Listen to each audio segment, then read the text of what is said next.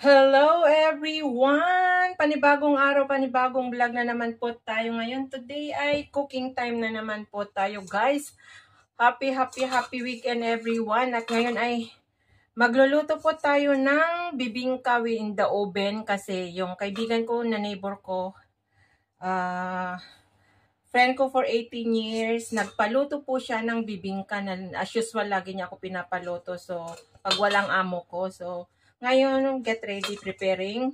I-vlog ko, sayang din naman guys, para may contents ako. So, samahan niyo po ako hanggang sa dulo ng aking paggagawa ng dessert ng bibingka in oven. So, ayan, meron po akong binati na kung sino yung gustong pumolo ng recipe ko, kaya niyong gawin yan.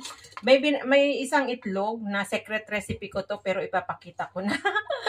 Meron po akong isang itlog na yan. Tapos, supposed to be 1 cup na sugar, pero hindi ko pinuno yung ano lang, 1/3. Kasi may gatas pa na ilalagay. So, ayan, lagay na natin yung sugar. Ayan. Tapos, yung tira ko noon na naggawa na naman na milk made low fat. Ayan, half lang ang linagay ko noon, nagpagawa siya ulit noon. So, yung half, linagay ko lang sa ref. So, yan, ilagay na natin. Milkmaid yan, guys. Half lang. Then, supposed to be water. Mag-ano kayo ng 1 cup of water. Pero ngayon, ang pang-ano ko yung natira para maano yung milk dyan ay yung pressed milk. Para masarap at malasa po ang inyong gagawin na bibingka. Kanya-kanyang diskarte lang guys kung paano maging masarap ang inyong luto. Ayan, para hindi masayang yung dumikit sa lata ba na milk.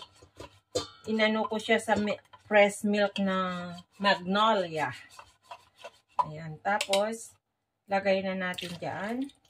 1 by 1 lang yan guys. Tapos nag-prepare po ako ng ihalo natin yan para maano yung eggs, sugar, and milk. Then ngayon, bahala kayo kung ilan ang gusto nyo na ilagay na coconut. Ito yung coconut ko is Cara guys. So, ang binili ko ay yung malaki na.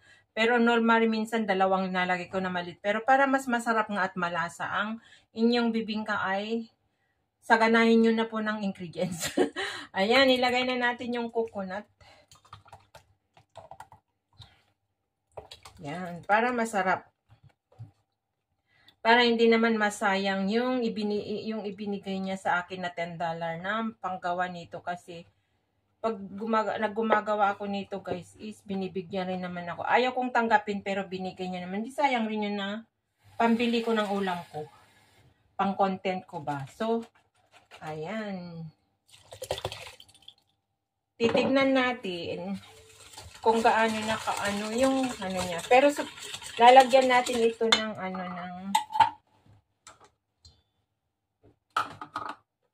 tubig. Pero pressed milk ang ilalagay ko na half.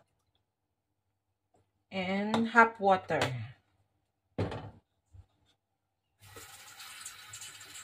Yan guys. 1 cup, half pressed milk and 1 cup ay half na water. So, ayan. Mix na natin. Halo-haloin na natin guys. Hopefully makita nyo kasi nag-ano na yung camera ko. Natakpan na yata. So, wait lang. Hahalo-haloin na natin. And then, meron po akong mozzarella cheese na itatapin ko mamaya. Pero lalagyan ko konti, i-mix ko dyan. Sa paglalagyan natin ng glutinous rice. Yan, mix na natin para masarap. Yan. Ihalo natin yan. Mix well. And then, meron po akong isang balok na glutinous rice. Ayan guys, glutinous rice. Ayan. So, ilalagay na natin dyan. Ihalo na natin dyan. At naghalo na ako, hindi ko pa preheat yung oven. Masyado akong nagmadali na nag-video. Pero never mind. mamaya pagka mix ko lahat ito ay i-preheat ko na yung oven. Papainitin ko. Saka ko ilalagay. So, ayan guys. Dito na po tayo magmamassage yung mabibira yung muscle nyo. Kasi kailangan diinan nyo. Para ma-mix lahat. Ayan. Ganyan lang kasimple ang paggawa ng bibingka. Which is, ito yung extra job ko, ano ko na income ko noon. Nung maraming nagbe-birthday or kaya especially nung marami pa yung kaibigan ko dito. So, ayan guys, makita nyo naman kung medyo malapot na may halo is magdadagdag po tayo ng tubig. Ganyan lang. Ganun, kasi ayaw kong biglain kasi baka mabasa. Yung may tamang pag-aano kasi ito eh. Yan. So, nagdagdag ako ng 3/4 na tubig. Yan. Massage na po natin hanggang mahalo lahat yung glutinous rice. Wala kasi kami machine na panghalo. So, never mind kasi nga ano naman. Para ano rin yung kamay ba muscle. Kailangan ganyan guys. Perfect. Ito na yung ano niya. Perfect yun. Kung masundan nyo guys yung paggawa ko, yun. Makita nyo naman pag hindi pa masyado waterly na ganyan pag hinahalo nyo, ay magdagdag kayo ng tubig hanggang makuha yun yung tamang texture niya guys, na hindi naman masyado waterly kasi mabasa ang timpla niyan pag naluto. So, kasi ano guys, magsalo-salo daw kami dyan sa baba. Today is Sunday. At kagagaling namin ng market, sinamahan ko siya kasi nga hindi nakakalakad. Yun yung aksidente rin na natumba noong naglakad. So, hindi na rin siya nagde-day off. Kasi nga takot siyang, hindi siya nakakalagad. Yung payong ko na may tungkod na binigay ng kaibigan ko nung umuwi ng Pilipinas, binigay ko na lang sa kanya kasi. Para may protection siya pag naglalakad. Yan. Halo. Ganyan lang guys, very simple. Tapos na. Hanggang makita nyo yung ano nyo, yung mga ingredients nyo sa loob na wala nang yung bilog-bilog na maliliit na flour. Pwede na yan guys. So, ganyan no. Oh. Tapos, oh, ganyan no. Maano na yan. Titikman ko ngayon kung tama yung tamis. Perfect. Sarap. Ay, ang sarap yung pagkaano na kasi maraming coconut. So, ganyan lang guys. Kasimple. So, ngayon, i-prepare ko naman yung tray na pag lalagyan ko at i-preheat ko yung oven. And then, iluto na natin. And then, the next step ay magluluto po ako ng parang lutong Ilocano ba na, di ba bumili ako ng ampalaya nung nagpadala ako ng pera. So, bumili kami ng chicken kanina. At ilalakay ko yung dahon ng ampalayas. Pag kasi lutong Ilocano po. Munggo sana ang lulutuin ko. Eh, hindi daw siya kain muna siya ng munggo kasi nga yung arthritis niya. Yung tuhod niya sumakit daw kasi umuulan. Sumasakit. So, ayan. Okay na yan guys. So, i-put aside natin kasi i-get ready ko yung yung tray. So, see you later guys. So, ayan guys. Ito na po yung tray na paglalagyan natin. So, kumuha ko ng konting butter. Buti na lang meron pang konting butter na natira ni ma'am. Tapos, natin ito. Para hindi mag-stick ba sa bottom niya mamaya pag naluto. So, gadgaran natin ng butter po lahat ng side. Para didikit. Yung yung pag naluto na yung glutinous, yung bibingka guys. Ayan. Kung wala kayong butter, pwede naman ng oil. Lagyan nyo ng konti na nyo. Ganyan. So, ayan. So, ready na natin nilagay guys. Yung ating luto na bibingka. So, ayan. Lalagay na natin. Yan. Buhos na natin guys. There you go.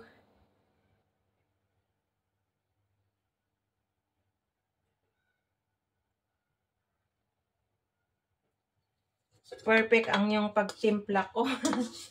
Hindi siya ano. Kailangan natin ng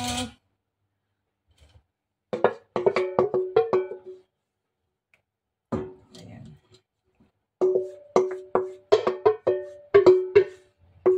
Sayang. Pagkurin nyo yung ano, sayang yung mga nag-stick sa tray sa bowl.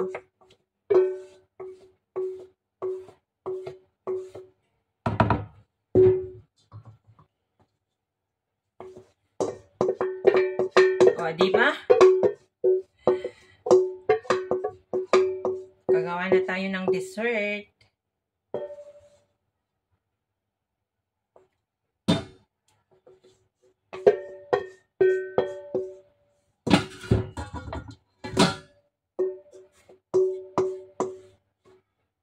Ano? Tapos, yung iniwan ko na cheese mozzarella, pwede na natin ilagay dito sa ibabaw. Putting on top. Yan, sprinkle natin.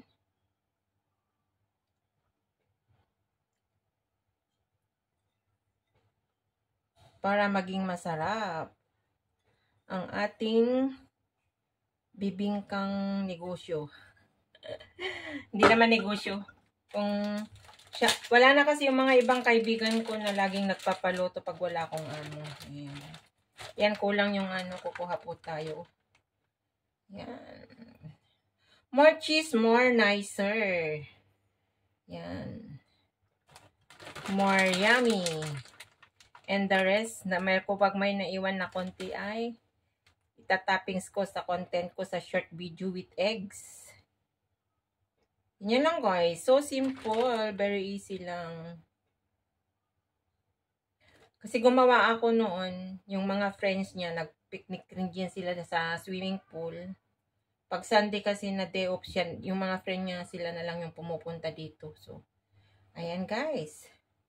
Ganyan, kadali.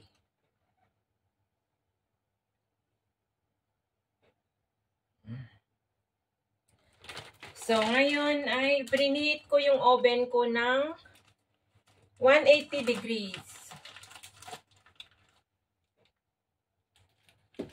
Ngayon nilalagay ko na sa oven. Hindi ko kayo may sama sa oven kasi nga, syempre hawak ko ang dalawang kamay ko. And hindi ko mahawakan yung camera. So, paglagay ko na lang sa oven, saka ko na lang ipapakita guys. Tara na! Ayan na. Ayan na ang ating bibingka in oven. Lulutuin natin sa oven. So, ayan.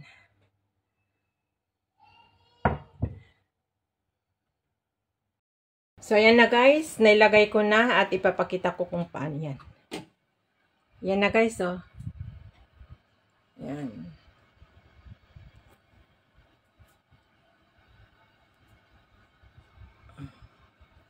Mamaya, pag golden brown na yan, sa pag-ahuin ko na ipapakita ko ulit kung paano yung klase na naluto guys. So, ayan. Waiting hanggang maluto yan guys. Takpan na natin. Ayan, mag-get ready naman natin yung ano, yung ibang lulutuin ko guys. Ito yung chicken na binili namin kanina sa market. So, magluluto po ako ng Ilocanong style na yung binili ko nga na ampalaya. So, andito yung dalawang balot ng ampalaya. Yun guys. It is $2 ang isang balot. Pero ito yung kasi yung pinaka-asam-asam ko na kainin. Medyo na ano na. So, ayan, try ko. Kahit nandito po tayo sa abroad, kahit medyo mahal, sige lang. Anuin natin para mapagbigyan natin ating sarili. Sa ano, so, hihimayin ko lang tong ampalaya guys. Tignan ko nga kung gaano karami yung $2 nila. Ayan guys. Na ano na nga nalanta na yung iba, hindi na masyado maganda. Pero dahon-dahonin ko na lang guys. So, ayan. Ayan. Parang mapait. From Indonesia daw tong mga to eh. Sabi yung nagtinda. Parang mapait. Parang mas masarap pa yung bunga niya na ano. Pero okay lang, carry lang. Ayan. Guys. Magbuhay, ano tayo ngayon, probinsya ng Pilipinas. Ayan. Kahit hindi masyado maganda, pilian na lang natin. Kasi hindi ko linuto kaagad eh. Iba yung linuto ko kahapon, yung bunga ng ampalaya with giniling na ang sarap-sarap. So, yan guys, yung chicken. Mag-prepare lang po ako ng aking lulutuin. Pero although mamaya ko pa naman lulutuin ito, inuna ko lang yung bibingka. Kasi mas mahirap yun na lutuin. So, dahon-dahonin natin. Tatay John, pahingin ng dahon ng ampalaya mo. Si tatay, ang dami niya, ay yung sa backyard nila, ang dami niyang tanim na ampalaya. Tapos yung linuto niya na ampalaya yun na sa content niya is, harvest niya lang po sa tanim niya yun. Ang galing. Parang kay Sir Jesse na nagtatanim ng sariling gulay.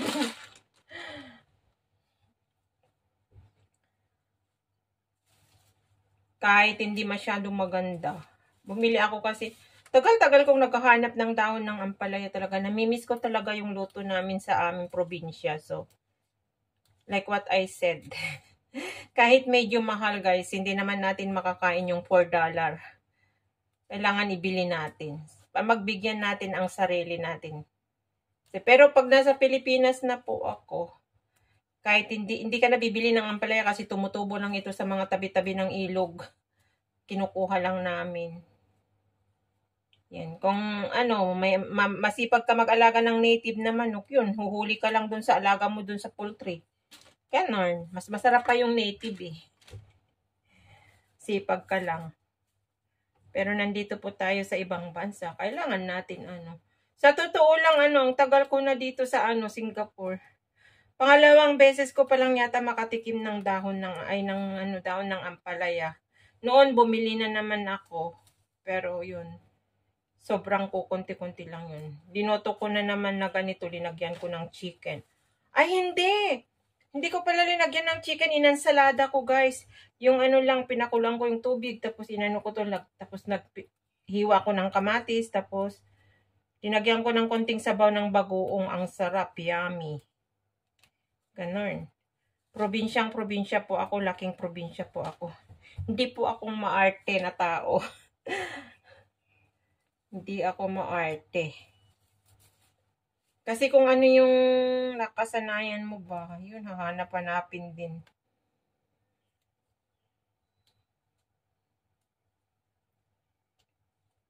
So, kita-kits tayo mamaya guys, pag i-prepare ko lang tong mga lulutuin ko, and when I'm started cooking, I show you again guys. Salamat! Anin ko muna to kasi medyo marami-rami. So, i-check na natin yung bibingka guys. Ayan, nag-golden na. Malapit na siyang maluto guys. So, ayan na. Nag-i-start na golden brown na yan guys. Ayan. So, ayan guys, luto na siya oh. Ayan. Luto na siya. Pwede ko nang ahunin maya-maya ng konti guys.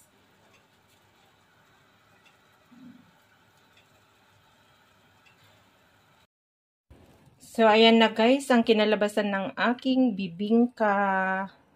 Luto na guys. Yummy. Yan na yung mga cheese. Ganyan guys. Mainit pa siya. Kailangan papalamigin pa ng konti bago slicein guys, or bago ko siya ibaba sa swimming pool. Ayan. Pinakita ko lang yan ang kinalabasan niya guys. Ang aking bibingka for today. Yung tinula ko naman, nangangamoy na. So, ayan.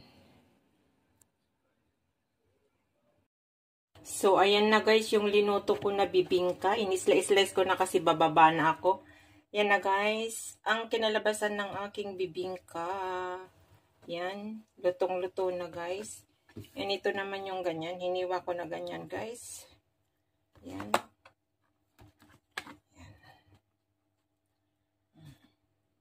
Yan, ganito yung hiwa niya guys. Yan. Yan, ang aking bibingka for today. Yan yung ano niya. Back niya. So, ayan. Kasi tinatawag na po ako na pupunta na sa baba. So, nagmamadali na guys. Ayan.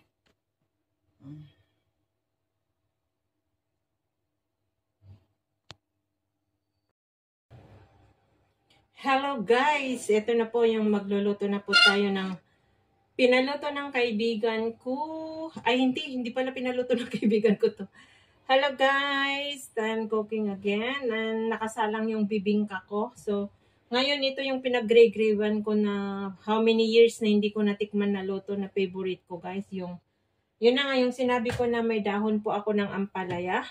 Di makita kasi nakasetting na. Sunod-sunod ko na lang na yung ano guys. So, yan, cooking chicken, Ilocano style. Lean recipe. And then ito yung favorite ko talaga na luto na sa amin na Ilocano. So, since nakakita ko ng dahon ng ampalaya sa Lucky Plaza nung nag-send ako ng pera nung nakarang araw. And sinabi yung kaibigan ko dyan na nag-market kami kanina na magsalo daw kami ng lunch later. So yan, nagpaluto siya ng bibingka. Ako naman ang ibababa ko ay itong chicken. So, at magluluto rin ako ng rice. So, ayan guys. Samahan nyo ako sa aking pagluluto. And let's see kung anong kalalabasan nitong ilang year na hindi ko natikman na favorite. One of my favorite Ilocano dish. Ayan.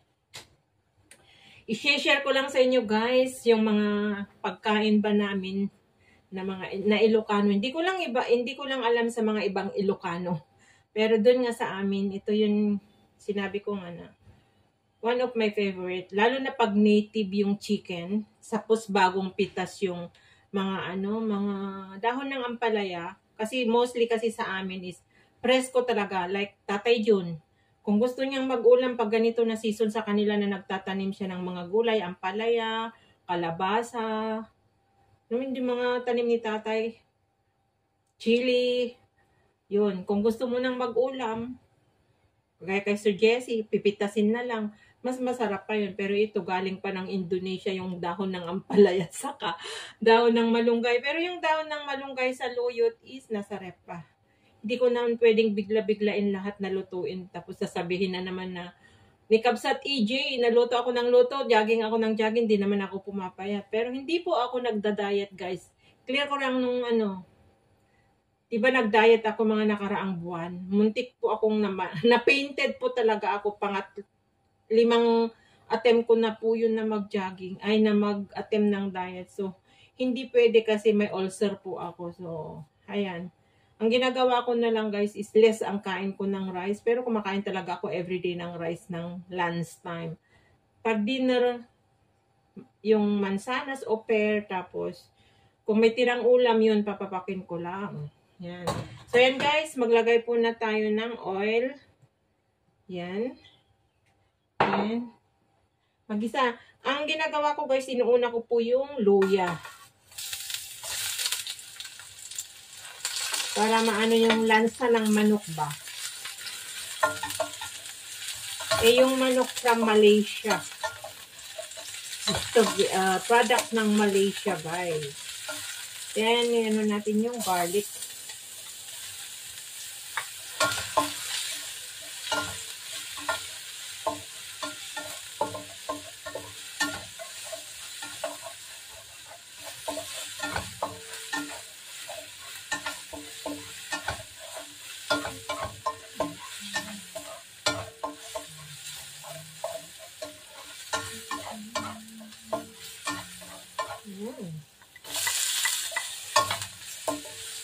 Red onion.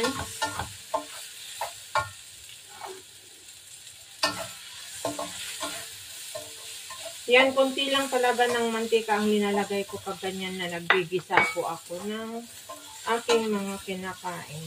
Okay. Baka sabihin na naman na napaka-oily ang luto ko. Kaya yan. Kaya sabi ni Kabsat AJ na lagyan mo naman ng mantika kapatid. Ay, Kabsat.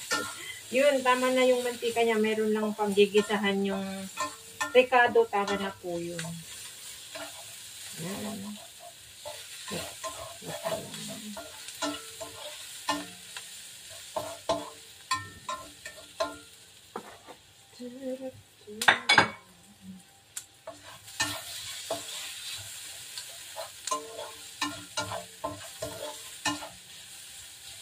So, ayan, ilagay na natin ang chicken. Ito po yung chicken. Pre-prepared ko sa ayan, guys.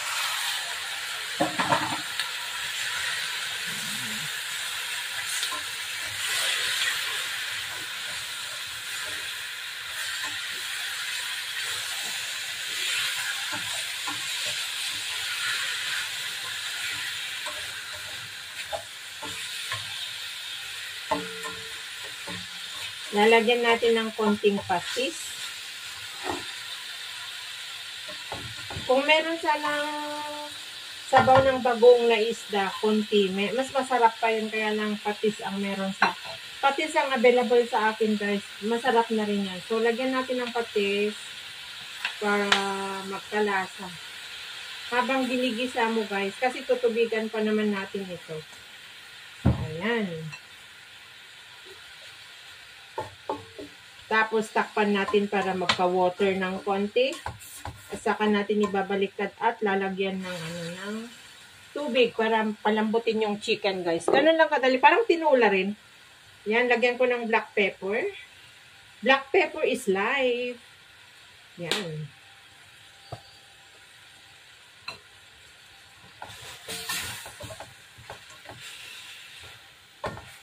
Yung chicken breast yun, yung walang manubuto. Sarap kasi yan.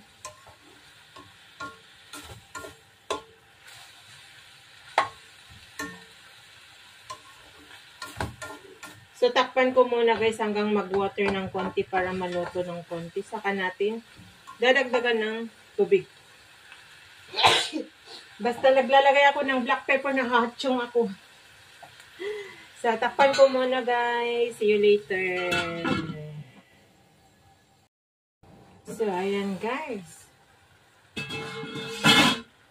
Kumukulo na siya, nagkatubig na, guys. Ganyan ang technique ko, guys, pag nagluluto ako. Ay, tatakpan ko lang ng mga ilang minuto. Magtutubig talaga yan. Ayan. Tapos, lagyan mo lang ng panlasang patis. So, ngayon, guys, lalagyan ko na siya ng, ng tubig para palambutin po natin yung chicken.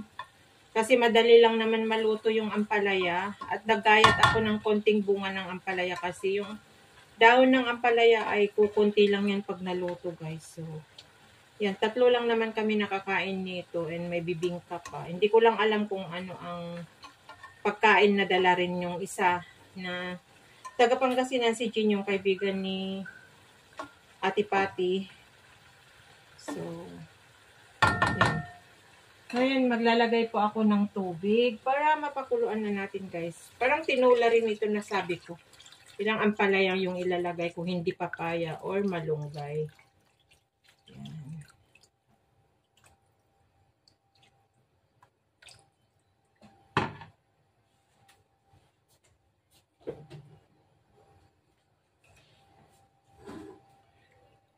Papalambutin natin ng mga ilang minutos yan. Tapos yan ko ng black pepper. Para masarap. Pepper is life. And ilagay ko na po yung isang Knorr cube chicken, Maggi Knorr cube chicken. Yan po ang pampalasa ko. Yan. Para makuluan na rin yan mamaya. Yan lang ang pampalasa na ilagay ko. So, takpan ko ulit, guys. Yan. Yan na, guys. Kukunti na lang yung yung sabaw niya at dami niyang garlic.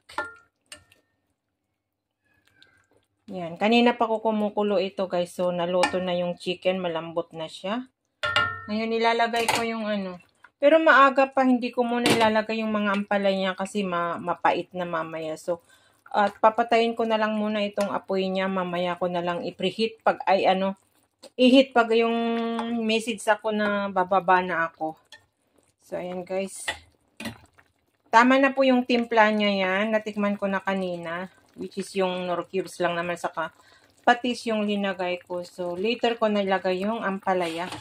Yung bunga ng ampalaya at saka yung dahon. Kasi, ma-overcook. Gusto ko kasi pag yung naglagay na ako niyan is ready to eat na talaga para hindi siya ma-overcook. So, ayan guys. Patayin ko muna yung apoy niya later.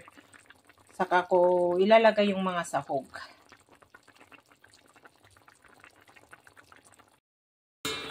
So, ayan na guys. Luto na. Kakain na daw kami. Yan ang ampalaya na.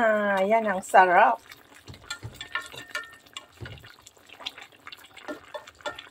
Ampalaya with chicken. Yummy.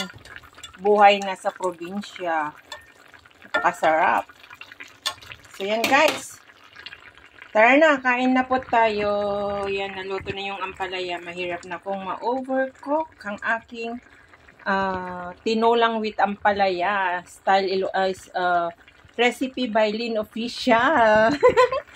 Maraming salamat guys sa nakaabot ng aking dulo ng video, and then sana nagustuhan nyo itong mga linuluto ko na pinapakita ko guys, kahit simple lang and masarap naman, malasa. Ayan, of course, luto ni Lynn Official masarap. Ayan guys, so ayan.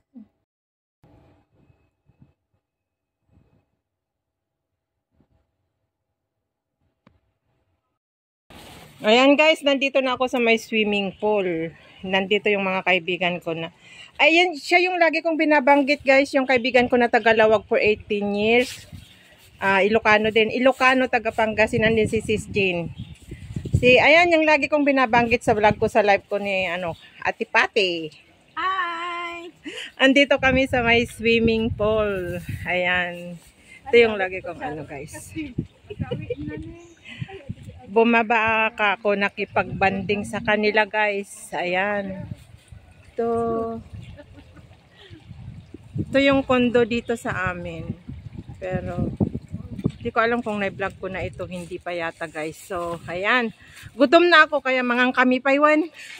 Si kayo nga Ilocano nga Kabsat Ricky, mangantan, Kabsat EJ manganta yun. Ito ang ganda ng Yan yung mga hindi ko linuto yan, binili ni Sis Jean. Ni Kabsat Jean. Ito lang yung linuto ko na favorite ng aking sister Patty. Yan yung ko, dinag ko kanina na ampalaya with chicken. Yan guys. Okay na. Okay na. Napindas ka talaga dito plato, babe. Ay, atitikwa. Di pag kasata dito yun eh. Alam mo, ito sana maroon lagi. Awan sa walid ka? Awan yun. Data lang. Data lang. Wala man lang naligo para mabidyuhan. Wala pa yung swimsuit ko eh. Nagtago sila. Ang init-init, di man lang sila lumabas na Ayan, kain na tayo. Manganta yun. Manganta mo. Kain guys. Chupan. Andyan ang pwesto nila. Ayan, Ayan. Kulang daw yung kanin namin. Kunin ko yung natira sa bahay. Nasarapan sila sa linuto ko. Ayan. Punta ako sa bahay. Nasarapan sila sa linuto ko. Kulang daw yung kanin. Malakas pala silang kumain. Nakala ko ako lang yung mahina na kumain. Halina kayo guys. Kain na. Ayan Ang sarap itong crispy chicken. Hindi chicken to hindi fish ito. Baka sabihin nyo na naman na puros karne ang kinakain ko. Ayan guys, ang sarap. Ang sarap ng pagkain namin. Yan ang aking mga mababait kong kaibigan dito. Puros Ilocano. Siyempre Ilocano ako, di Ilocano rin ang kaibigan ko. Pero si Patty talaga, matagal na kami magkaibigan. Yung lagi ko sinasabi. Ringmar. Umaro? Naawa mo tatay na dakuskus dakin ni Tabatchoy. Apay sa Tabatchoy. Nalumog deje kadayam na nga na agawid July 22. Agawid ka December niya. Tanto man pagatang cooking ka nga pampaikat ka dagiti kastoy ko. When? Basta picture am ata Adda picture na kanya ko Tapos Tapos gisangpet ka ti ko. Dara baboy. Gusto kong magawa ng dinuguan. Sabi ni Pati, nag-uuwi ka daw. Sarap guys. Ano? Fish, crispy fish. Ayan, guys. May mas na napudot, di ba?